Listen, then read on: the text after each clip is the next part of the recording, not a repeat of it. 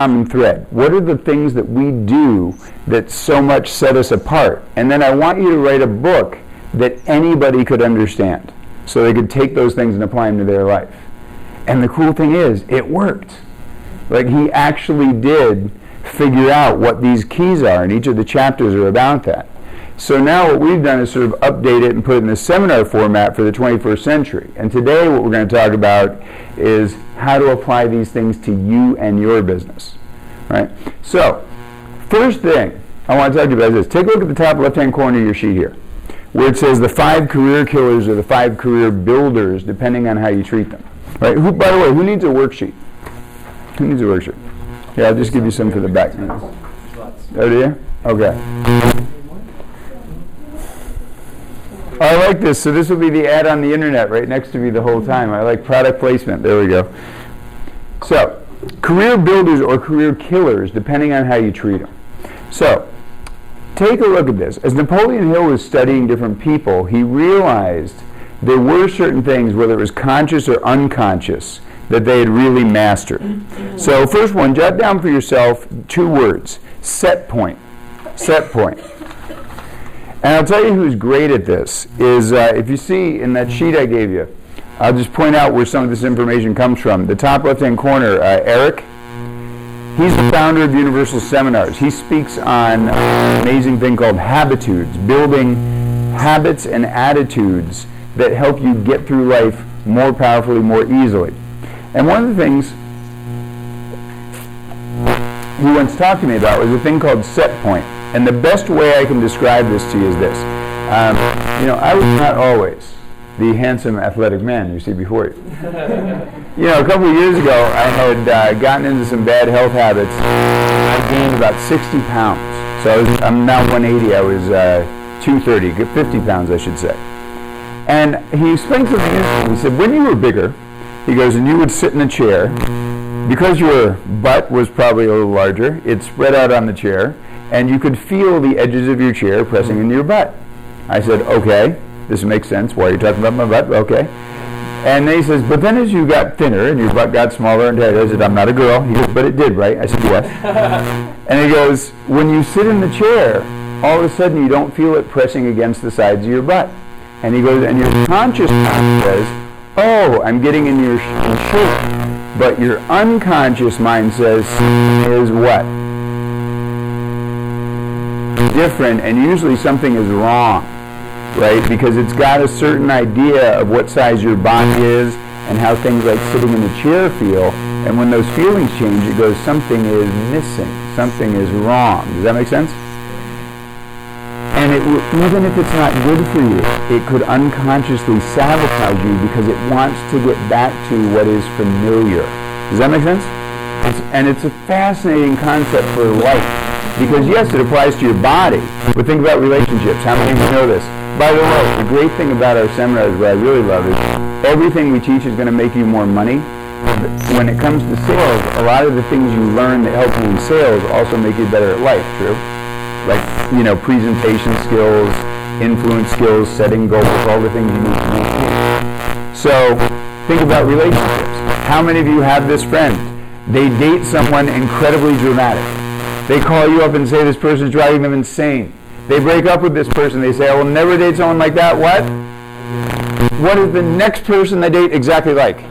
The same person, because if they were to date someone non-dramatic, the thing would be the conflict, the arguments, the energy. Does that make sense? Even though they say they don't like it. Well, it also applies to income for salespeople. Car lots are a good example of this. I'll go to some salesmen and say, and they're so proud, they say, I am consistent. I tell you, I am a 10-unit guy. Every month I get 10 cars off this lot. And they're always proud, and I think, well, that is something to be proud of, right? You got something, you're consistent. But whenever anybody tells me, and they go, what do you mean, why? I go, well, if you're selling 120 cars a year, then you're probably doing a lot of presentations, so your presentation skills are getting better. You're certainly building up your database. You're certainly building up your referral base. I hope you're asking for referrals. So how come it's always 10 cars? Shouldn't it keep growing? And then the person will go, huh? Never thought of it. But it should, right? But what will happen? In their mind, they'll try, and they get to the second week, and they're doing great, and they're rolling out the door. Do they think, oh, I'm going to be a 14-unit guy this month? Or what happens? Unconsciously, what? The foot comes off the gas, right? And people do that in this business too. They get an idea of how much money they're used to making. Does that make sense? So part of what you have to do if you really want to be successful, Napoleon Hill found this, Eric speaks on this, is you have to reset your set point. Does that make sense? So think about this. We'll talk about this later. Where is yours right now? And do you like it? Some people actually get used to discomfort. I'm not making enough money. But they get used to that feeling of stress even. Does that make sense? Second thing, clarity. Write that down for yourself. Clarity. I might walk off camera for a minute here, but that's good. Clarity is this: most people don't even know exactly what they do want. And this is something about Sharon. If you see in the top right-hand corner, Sharon Lecter, do you all know the books Rich Dad, Poor Dad? Right? She's the one who Robert Kiyosaki talks about, that does all the financial writing, how to manage the money for your business. And she actually says one of the reasons most salespeople fail, and most businesses fail, is not that they're not making enough money, it's that they're not what? No, they're not keeping it, they're not tracking it. You know, a certain amount comes in, and they have no idea what's going out or for why. And so she has a really great saying: without clarity, there's no trust. Well, that's true in a lot of things. Most of the time, as a sales trainer, I'll come in and I'll say to people, how do you want to do this year? And you know what people will say? Better. I'll go, well, how much do you want to make? And they go, more.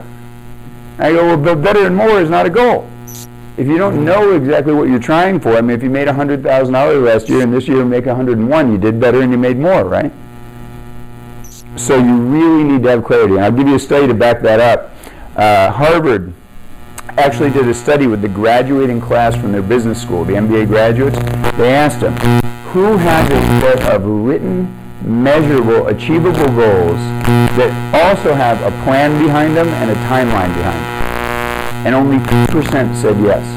And then they followed up with the group 10 years later. That 3% was worth more in their net worth than the other 97% combined. Think about that. So, by the way, who here has that right now? A set of really clear goals with a plan and a timeline behind it that's written down. Who has it? This is about what I get, right? 3 people out of a whole group, and that's probably a lot. Mostly in a group this size, maybe one person raise their hand. So clarity is good. Third one, jot this down for yourself. Circumstances control state. Circumstances control state. One of the things Napoleon found when you look at really high-achieving people, like the President of the United States, or an Andrew Carnegie or Thomas Edison, is that their circumstances were not allowed to control their mental and emotional state. Now, I'll bring you salespeople. This is such an important thing. It's one of the things I teach when I get on stage. Because, you know, your emotional state and your mental state really decide how much action you're going to take, right? If you're depressed, you're tired, you're angry, you're feeling cynical, are you going to up and go for it, yes or no? Depends, right? Depends if you're broke or not. If you're broke, you will anyway. And that's the thing. If you look at these people, their circumstances don't control their state. Why is this important for salespeople? Think about this. One of the oldest things in sales, I think, because some people in Canada don't tend to know this one, is the best time to make a sale is right after you just what? Made one. Exactly. Gold star. You're the first person since I've been in Canada that actually gave me that answer. All right. When you're hot, you're hot. Exactly. When you're hot, you're hot. Exactly. Because if you have an appointment at 9 in the morning and the person goes, you're awesome, I love you, and here's the referrals to every human being in my life, and you leave and you're floating on a cloud, and you've got a lunchtime appointment, how are you probably going to do? Great. But what if it goes the other way? The guy shows up in the morning and he's a jerk. And you know what? He's late. And he doesn't apologize. And on top of that, as you're talking to him, he's like, yep, and he's texting. And then you're like, oh, God. You leave, you're all ticked off, and then you go to your lunchtime appointment. Could that actually cause you to tank that appointment and not do well, yes or no? Yes. Right. And he says, so if you really want to achieve in life, Napoleon was saying, you have to learn to make your mental and emotional state under your control, not the control of your circumstances. That makes sense? By the way, who can think of money they lost already this year because of something like this? Show of hands. Well, wait, everybody's like, I don't want to say. Who knows someone else in the office who has lost money because of this year? Show of hands. Right, okay. It happens all the time. Fourth one, and jot this down for yourself. You don't know what you don't know. And this is something you're going to feel the impact of in a minute, because I brought a couple of really great sales techniques and tools I want to share with you. One of the things Napoleon Hill was so fascinated by was the fact that everybody he studied, even though they were basically the richest and most powerful people in the world at their time, never stopped studying. You know, he actually went to work for President Roosevelt. And you know how these days, you know, a guy gets in office and he goes, oh man, I love Jimmy Buffett, or I love this actress, or I love this rock singer, right, Willie Nelson. And they invite him to the White House. He said, President Roosevelt constantly invited teachers, professors from colleges. And he said the guy always had a book. And at one point, he stopped him and he said, I just don't get it. You made it. He goes, first off, you're from one of the richest families in the world, the Roosevelts. He goes, and you have the highest office in the land. The highest political office you can get, the most powerful office. Some people say you're the most powerful man in the world if you're president of the U.S., right? Because the U.S. thinks they're so great. Right? You're there. Why are you still reading? And Roosevelt gave him a great answer. He says, well, first off, he says, how do you think I what? How do you think I got here? By the way, I hear this from salespeople all the time. You know, when people sign up for our seminars, usually the people that are already successful are the first ones. And I'll go in their office and they've got a bookcase with books, CDs, everything. And you think, why are they signing up? They're already doing incredibly well. They already got the huge office. And the answer is, how do you think they got there, right? So Roosevelt says this, but then he asked him a great question. He goes, think about it, William. Have you ever had a time in your life when someone came along, like a teacher of some kind, a mentor, a friend, and they gave you a new way of thinking about something, or maybe they actually showed you a different way to do something, and once you had this new idea, like all these possibilities opened up for you that had always been there, but you just never thought of them before. Like, who's ever had this happen? Show of hands. Oh yeah, it happens all the time. And in sales, again, you know, we'll talk about this, you don't know what you don't know. So people say, well, I'm already good at this. How do you know you couldn't learn that one thing? Does that make sense? And last but not least is insanity. And this is my favorite one. I actually, instead of using Napoleon's definition, I give Einstein's. Everybody knows this. Insanity is doing the what? No, it's doing the same thing again and again and expecting a different result. And I will tell you, this used to drive me nuts. I was at my company when I was vice president of sales, and I said, I would go to salespeople. I would say, great, how do you want to do this year? At the beginning of the year meeting. And they would say, we're going to do great. I go, what is your goal? I'm going to make this much more than I did last year. And then I would ask them the question they didn't like, what are you going to do what? Differently. And they would give me two answers. Either one, nothing, or two, work harder. Neither of which works. And I'm not saying don't work hard, but if you do nothing, why are you expecting to get, right? You're not going to learn anything new. You're not going to apply any new techniques. You're not going to change your marketing. Like, I mean, right, why should your results change? But work harder doesn't work either, and here's why.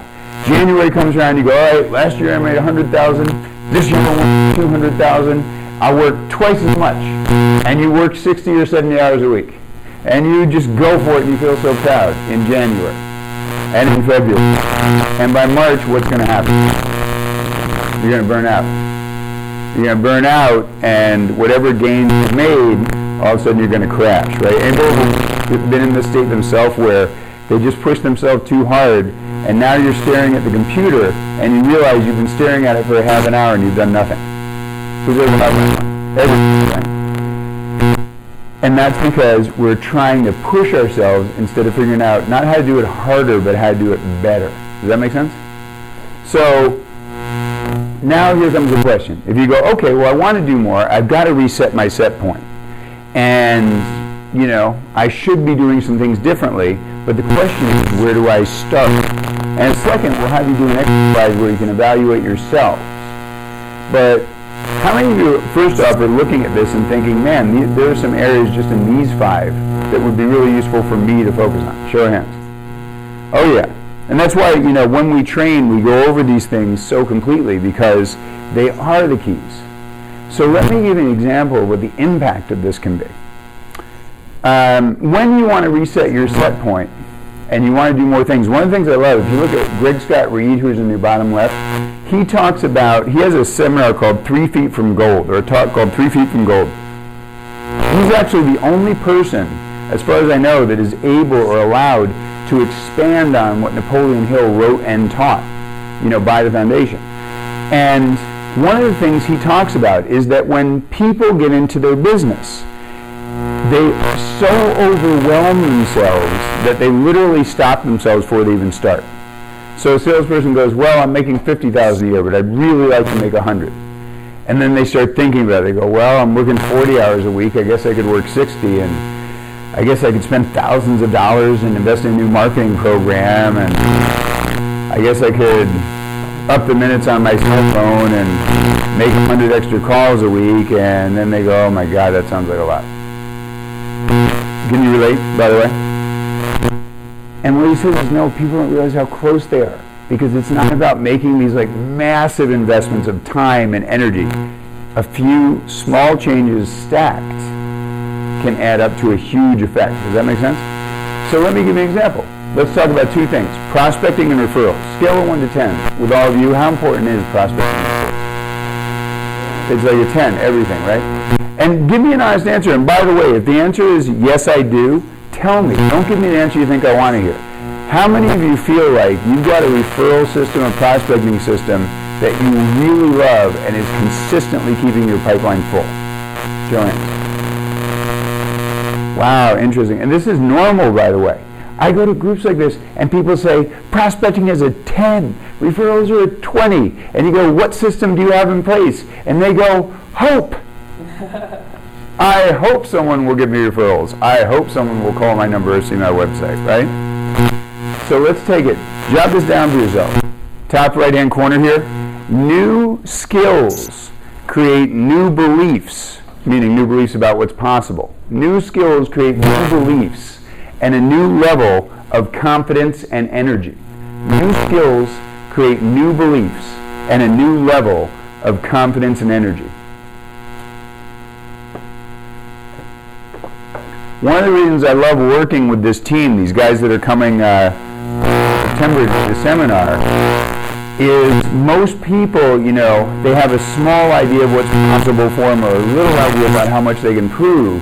And then all of a sudden they get these tiny little ideas here, there, and they're like, oh, there's a lot more I could do. And it's going to be about half as hard as I thought it was. And you see people for the first time really leaving going, maybe I can have what I want, not just what I'm used to. It's a really cool thing to see. So the new beliefs create new skills create new beliefs, a new level of confidence and energy. Let me give you one example, prospecting, right? So there's a client, whenever we do seminars, by the way, we always do 2, as a pair. So this one in September is going to be on Think and Grow Rich. Then people who go to this will also be able to come back in March and go to the one we do on branding, marketing, and communications mastery. And that's where I get up. I actually teach 7 secrets to success. And one of the examples happened at a seminar a couple of times ago where a lady stood up and she had a problem with prospecting. And I like, when I'm on stage, to kind of work with someone in the audience, and usually if I can solve their problem, it actually helps everyone. You'll probably experience that, right? You're listening to someone in the audience, you're like, oh my God, that's me. I'm so glad he or she asked that, because I wanted to ask that, but I didn't want to raise my hand, thank God. And so this lady stood up, and she actually was really nice, because she was very proud of herself, and she was very successful. But she said, it's so hard. Prospecting. It's like I go through these peaks and valleys. I prospect, but then I have to close all those deals, closing the deals. I don't have to prospect, so my pipeline goes down. Then I got to live off these checks, prospecting, and I know that doesn't happen to anybody here. But how many of you know someone with a business like this? Show of hands. Right. And I said, but what if you could turn one client into 20? And she goes, what do you mean? And she was a real estate lady. But this, and this also, by the way, works for mortgage people. Anybody who deals with selling homes. I said, next time you sell a home to someone, or if you're a mortgage broker, I said, next time you get a loan to allow someone to purchase a home, you make them this offer. You go, look, I know it's going to take you a little while to get settled in, so get settled in, put your curtains up, but when you do, I want to throw a housewarming party for you. So give me a list of all your family and friends, and I will have invitations printed up and mailed out. Give me their email address, I'll send them something through email. Give me their phone numbers, and I'll make sure we throw a great party for you. Now, a lot of people are shy about this, but here's what she found. Not a lot, just 30%. But then here's what happens. First off, in order for her to throw the party, she first needs a list of what? All their family and friends, home address, phone number, and email. Because she's going to mail invitations and email them and then call them to remind them of the party. So immediately, from that one person, she gets maybe 15, 20, 30 people in her database. Pretty cool, right? But then here's the second part of it. Then she comes to the party. And she's sitting there, this person's all happy, you know, in their brand new home, all their friends are here, and everyone's going, oh, your place is so great. And then, of course, the owner goes, well, you have to meet my agent. She's the one who found me this place. And now she actually gets to meet the people, what? Face to face. But then here's the last little wrinkle, and I love this, so we figure this out. And a basket and a fishbowl. Here's what you tell people. You go, we're going to do a little raffle, party fun. You can enter the raffle and win this gift basket. Here's what I need. The name of 2 people that you know that might want an agent. And I can call, and I have permission to use your name when I call. You fill out a sheet, put it in the fishbowl, you have a chance to win the basket. By the way, you can enter as many times as you like. First party she threw, she had 15 people there, and she ended up with 42 referrals. Think about that. She got 30 from the client, met 15 of those 30, and on top of that, got 45 referrals, or 46, whatever an even number is, of those sheets. One client, 76 potential contacts. Now let me ask you, 3 out of 10, if that only happened to you 3 times in a year, that's 200 referrals. A little more than, right? Honestly tell me this, because I never want you to give me an answer you think I want to hear. Who thinks if they just did that one thing, and it worked half as well, got them 100 referrals a year, that could actually significantly shift the amount of money they're making alone, just that one thing? Show of hands. Yeah. Here's the other cool thing. Think about it. When I say always be learning, always be training, you don't know what you don't know. Let me ask you this. Who thinks if they applied that, because it's August, so we got 4 months left in the year, that could mean at least $10,000 to them still in 2013? Sure. Or maybe the sales would actually close in 2014, but it could be worth an extra 10 grand, right? Here's the other side of that. What if I'd taught you that 2 years ago and you'd been doing it already? This is why the best people, even when they're rich, even when they're President of the United States, keep inviting professors to the White House, reading books, because they don't know what they don't know. How much money could you have made if you learned that just a couple of years ago? What if you learned it at the very beginning of your career? Cool, right? I'll give you one. Yes, we have time. I'll give you one more. What about just getting referrals in general? The easy way, by asking, right? Scale of 1 to 10, how important is it to ask a client for referrals? On a scale of 1 to 10, how often does the average salesperson actually do so? I'll close so now I don't know who's answering. Come on, somebody tell me. Scale of 1 to 10? 5, 6. That's generous, right? Half the time? Probably not even that, most people. Why? Because most people don't have a system for making it easy for the client and comfortable. So first thing, jot this down. Actually, no, just listen to this one. I'll tell you what to jot down in a minute. Most salespeople I know feel like they can't ask for referrals until the end of the transaction because they say something like, right, but I haven't done anything for him yet. Jot this down. You can ask for referrals as soon as you have rapport. You can ask for referrals as soon as you have rapport. See, referrals are not based on what you did for the client. They're based on rapport. If someone was to grab, like, sir, in the yellow shirt, what's your name? Ray. Ray. So let's say I'm doing business with Ray. And I say, Ray, I got to tell you, it's like night and day between the last guy. I'm so glad I met you. The last guy was like constantly pitching me. He was so cheesy. He was always pressuring me. And with you, it just feels good. Right? And if I say that, if I've got rapport with him, he can ask me for referrals. Why? Do I probably have friends that I know that are dealing with salespeople they don't like? Yes or no? Would I like to save my friends a little bit of pain? Yes or no? So am I actually doing not him, but my friends a favor if I like him and I refer him to them? Yes or no? Of course. So as soon as I have rapport, so at that point he could say to me, well, who else do you know that I could help, right? Now, jot this down, ARE, ARE. ARE, this is another one of my favorite little things to teach. This is more the sales part that you'll get in March, some of these things. ARE stands for ask, offer, reward, and make it easy. Ask, offer, reward, and make it easy.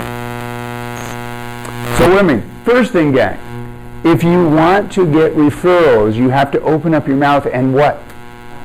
Ask. Wait, I'm sorry, what's your name in the blue shirt? Say, Rura. Rura. Great job, yes. You've got to open up your mouth and ask. But the second thing you want to do is give them a little bit of a reward, right? Because when you offer a reward, it makes both of you a little more comfortable. What I mean is this. I work with a brokerage, and we came up with the idea, create a little ebook called 20 Ways to Massively Increase the Value of Your Home for Very Little Cash. Right? And basically it was just a book on curb appeal tips. Paint your front door a cool color like green or blue that just pops. Here's how to best do the landscaping. These little tips that made a house seem like it's worth more. And put it into a little PDF, designed a little cover, put it in PDF. And here's what was said. Our company has an ebook that we give out to clients that give us referrals. I actually have a referral with me. If you fill one of these out, I can turn it into, I can get you a copy of that book. Right? So now people have a little reward that's being offered. They want something. And last but not least, you want to make it easy by having a referral sheet. Now this is important. Why a referral sheet instead of just grabbing your smartphone and typing away? Why a referral sheet?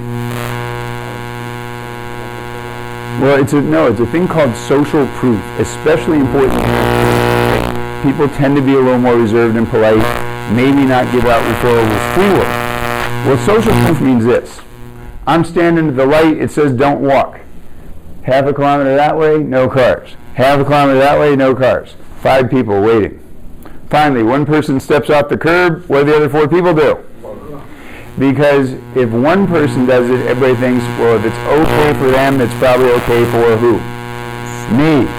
So a referral sheet basically says, oh, what's your name? Right.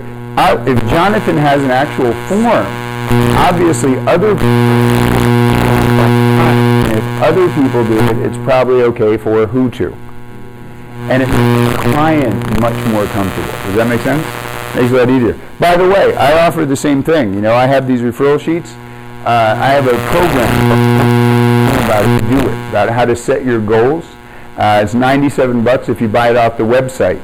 I tell people, here's what I need. Give me the name of 3 people like Nilu, right? They have to be in charge of a sales team of 10 or more people, got to be within an hour of downtown Toronto, and they have to like training and learning.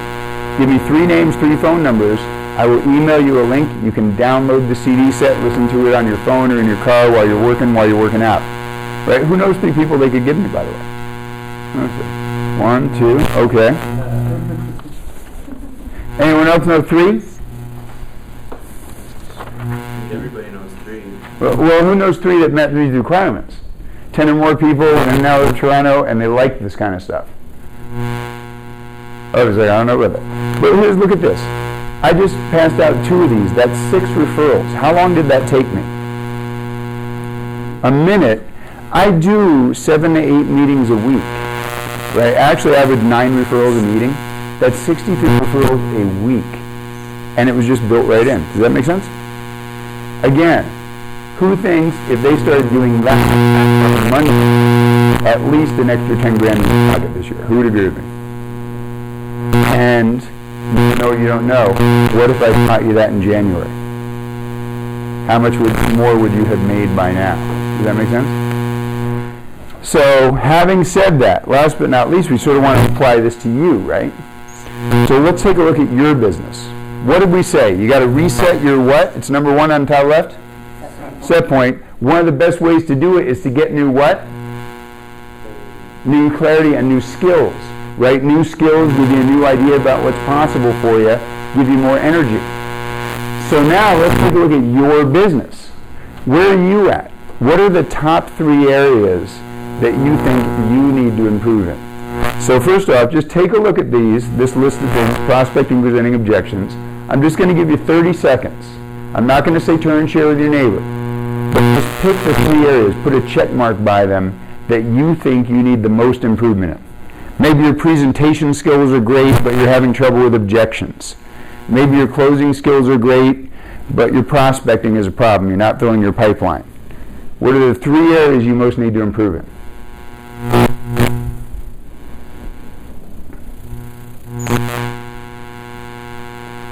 Then, in the last 2, I want you to put this. Because realize, learning pays. When you invest in yourself, it pays huge dividends. If you got better in those 3 areas, what percent do you think your business would increase? Would you be doing 10% more business, 20, 30? And then underneath that, or just in your head if you want, if you don't want to write it down, what would that mean to you in actual cash? Right? So if someone's making $50,000 a year, they think they could get a 20% increase to $60,000 a year. What percentage would your business increase? What would that mean to you in actual cash?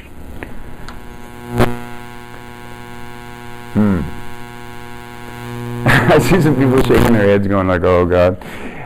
Well, but it's good, a little pain isn't bad. It's kind of like me. When I finally decided to lose the weight, I swear, and people don't believe this now because they see me now, and honestly, the amazing thing is, it was a blessing to gain all that weight because I had to work out so hard to lose it that I actually got, because you can't just do a regular workout if you want to lose weight, right? You have to way push yourself. I'm actually in the best shape I've been since I've been on the planet, and it kind of gave me that gift because when I was in okay shape, I would just sort of do mediocre workouts, right? So what changed it for me? I came home one day and my stomach hurt, the bottom of my stomach. And I realized because my gut was hanging over my belt and my belt had been pressing into the bottom of my stomach all day and I had a black and blue mark. And that was when denial kind of went out the window, because guys will do this, right? I'm okay.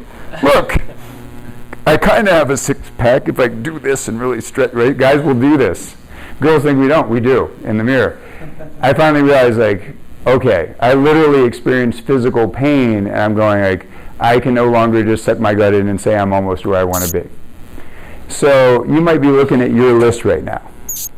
And for a lot of people, what comes up is they look at this list, and they look at how much more they could be making, and then they start thinking things like, well, dang, if I think about it, this has been like this for a couple of years. And how much money have I lost in that time? And then, how much stress have I gone on? Because my pipeline's not full, I'm worried about my business. And now you get a lot of people that get really depressed because they go, well, if I don't do something about it, man, next year is really going to be lousy. And it is a bit painful sometimes to really think about this. But here's what I tell people, and this one is great. James Malinchak, who speaks at the March seminar, he talks about, he has a great story. He became a multimillionaire because he learned how to brand and market himself real well. But he started off as a totally broke kid from a SEAL town. And one of the things he says to people is, well, just because I started there doesn't mean I had to what? stay there, right? Just because he started in a place where nobody had money and everybody was blue collar or lower, didn't mean you had to stay there. And so here's the thing for you. Some of you may be going, this is depressing, I am going broke, I should have improved these things years ago, I am upset. Okay, but now that you know where you are, it doesn't mean you have to what? You have to stay there. What if you were to just step out of this and step into action? What if you were to just make a decision now to do whatever it takes to get great at this business so you could have whatever you wanted for yourself, and then you actually did? Think about that. So how many of you can think, now what I have for you is a little technique that right now we can put you in a sort of action-taking state. Who wants to give this a try with me? Show of hands. All right, everybody stand up real quick. Everybody stand up real quick. Now rub your hands together like this. We got to get them warm so we can put money in them. All right. Put your left hand out like you're grabbing a giant commission check. You can point towards the needle if you like. Right hand back like this. I am going to ask you all a question. When I do, answer by clapping your hands together and saying yes. And let me see here. Ma'am, what's your name? Victoria. Victoria. I want you to rate the team on a scale of 1 to 10. Okay, 10 is the best. Thank you for volunteering, by the way. Hands up. Hands up. Are we going to make August 2013 the best sales month we have ever had? Yes. Yes. Oh, gang. Wait a minute. Okay, so Victoria, if 1 was asleep and 10 was unstoppable, what was that? 10? Come on. That's very generous. What was it really? Come on.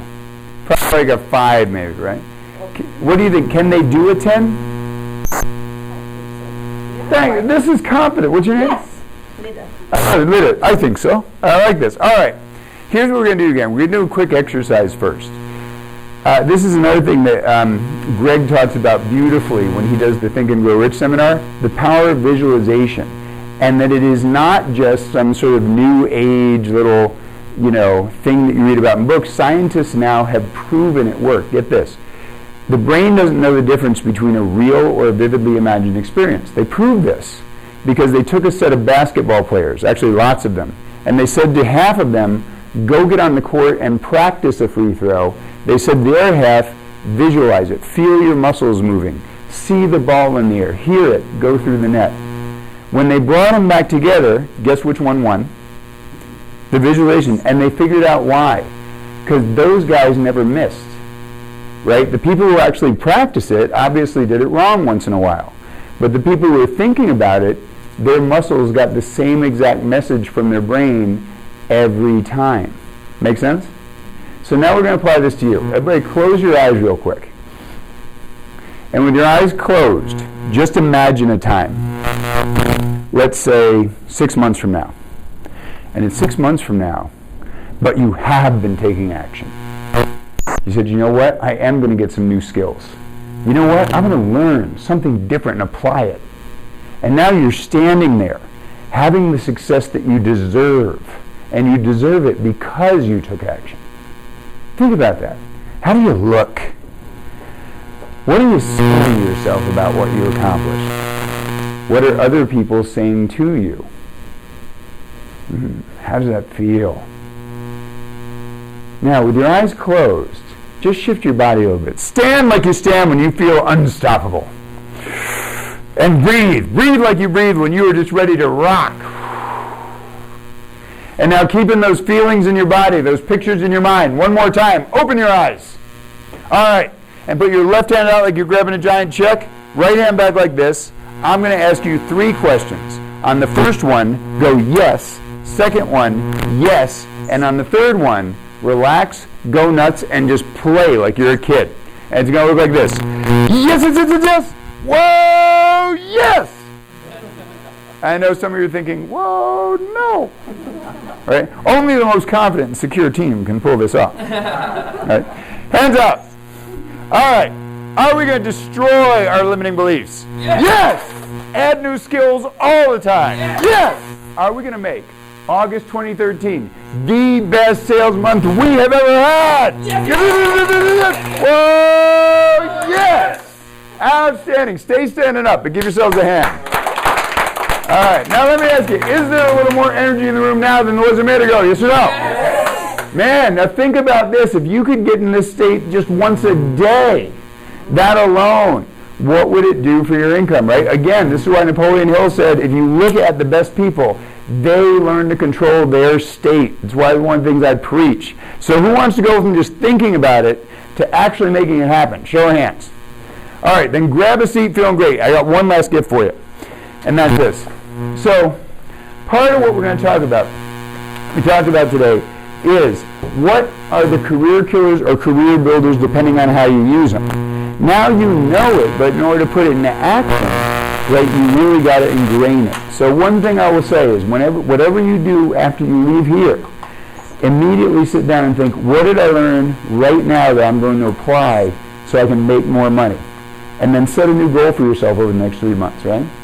Second thing, though, is how many feel like they actually did learn something in the last 45 minutes that can make them more money? Show of hands. Great. But it doesn't have to stop. That's one thing. When Greg talks about stacking, he's talking about constantly getting little things and adding them, right? If 2 of the things I taught you make an extra 10 grand this year, what about the next one and the next one? Make sense? That's why. I always said, take a look here. We're going to be in town on Thursday, September 12th. We're going to be coming doing this. And then there's another one. I didn't pass this out, but for those of you that decide to come, I'll give you one of these as well. Thursday the 12th, we're doing our Think and Grow Rich seminar with Sharon speaking, Eric, Greg, so many others.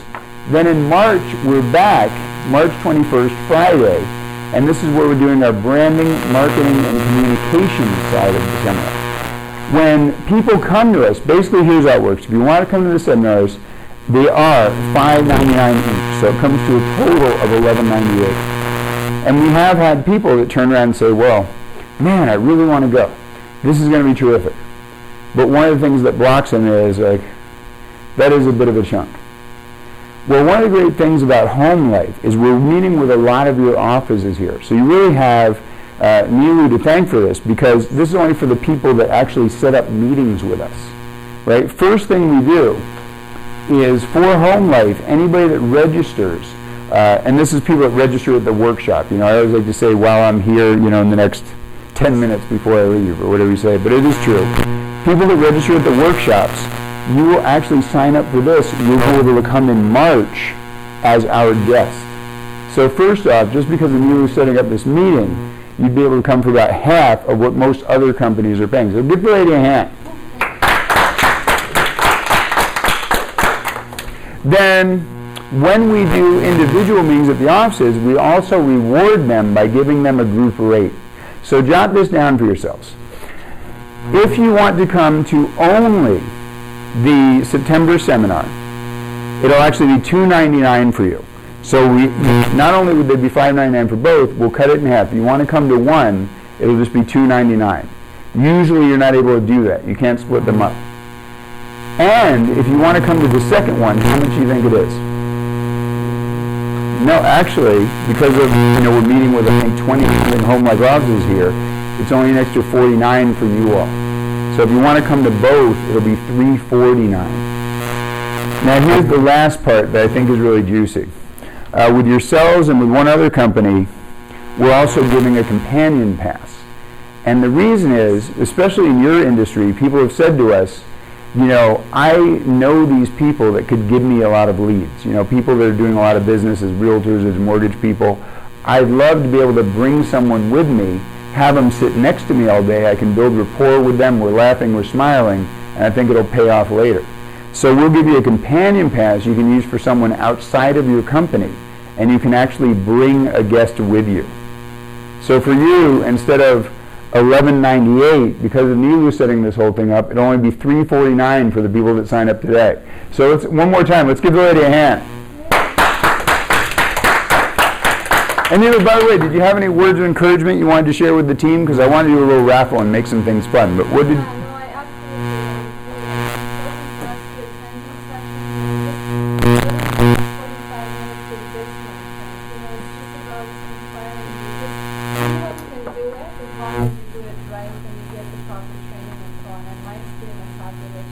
I Oh, thank you. I certainly think it's well worth it, especially if you can bring in guys. Yeah. I encourage you guys. We're going to have another session, hopefully. That's the thing, because I don't know if my September is full on Saturdays that's yet. what I'm hoping that if Yeah. you're available, I'd like to have another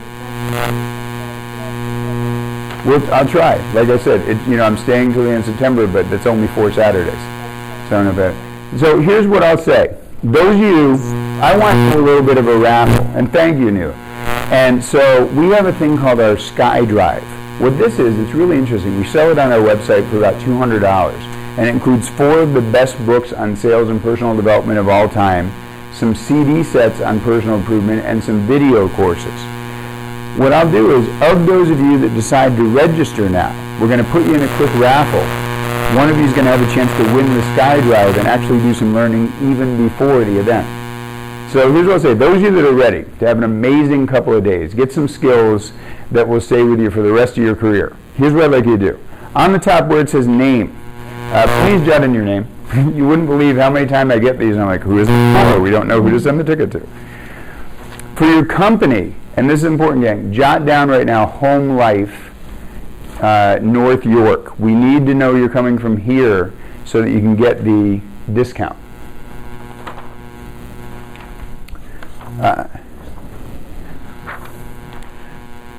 For your address, wherever you get your mail sent to, bank statements, whatever, please jot down your billing address and make sure, again, we can read it just so we can get you everything you need.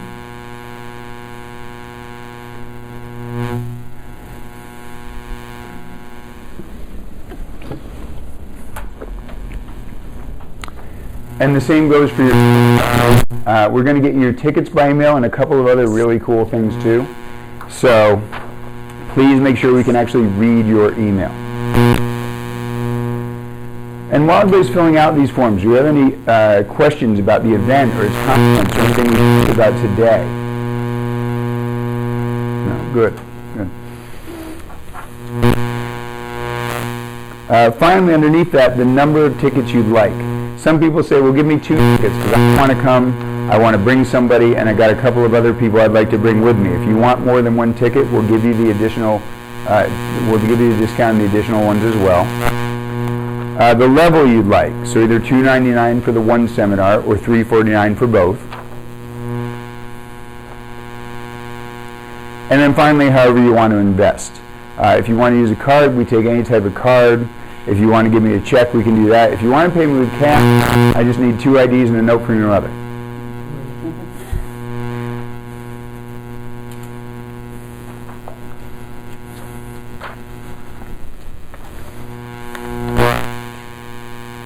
And then once you have that done, take this, fold it across the dotted line, tear it off, and pass it up to me. Because for those of you who decide to register now, we're going to put you in a raffle to win that Sky Drive and start doing some learning even before the event. Even before that. So let me ask you, how many people do you have here that are like, this is for me, I know I need to be here, I am absolutely going to go? Show of hands. Who's definitely coming with us? All right. Who's thinking like, I really want to do this, but I got to think about something or have some questions? Who's not going to raise their hand no matter what I say? Right. Well, this is part of what I'll say, gang, is this. A lot of people, that's the whole set point thing. A lot of people go like I did. I know I should be hitting the gym. I know I probably should be eating better. But like me, they wait too long. And they wait till, they got the bruise in their stomach the one day. So one point I want to make to you is, again, if $3.49 is actually an issue, if it's anything to do with the cash, just think about this. What if I'd come here in January? Would $3.49 be an issue for you right now? I bet most of you are going, no. If I've been using that referral strategy, that prospecting strategy, heck no. Okay. Then how long do you want that to be true for? Right? If $3.49 is an issue, and you're telling me that 45 minutes with me a few months ago could have cured that for you, what happens if you come and spend the whole day doing this? So I'll just say that part of that is I'll encourage you. When people say to me, oh, it's a strain, I go, if it's a strain, then strain. If it was easy for you to go, I could even say, you've already got a Maserati, I think you're fine whether you go or not. But if it's really a strain, this means sales aren't happening enough. And all we can do is be here for you, but we can't force you, right? You got to want to come. So, did you have a question? Okay, right? So, one more time. Who here thinks, look, if I can really do it, I will do this? Who's absolutely going to go? Show of hands. Still, who's thinking about it more now? Show of hands. Who's still not raising their hand? So let me ask you, and again, I'm not just going to stand up here and close. For most of you, what is the main thing then? I mean, it can't be the time because it's only a day, right? Like when I used to work with Tony Robbins, it was more of a challenge because the seminar was like 4 days. It was over a weekend. People needed hotel rooms. So is it for anybody? Is it the time? For most people, is it just like, I don't know if I want to invest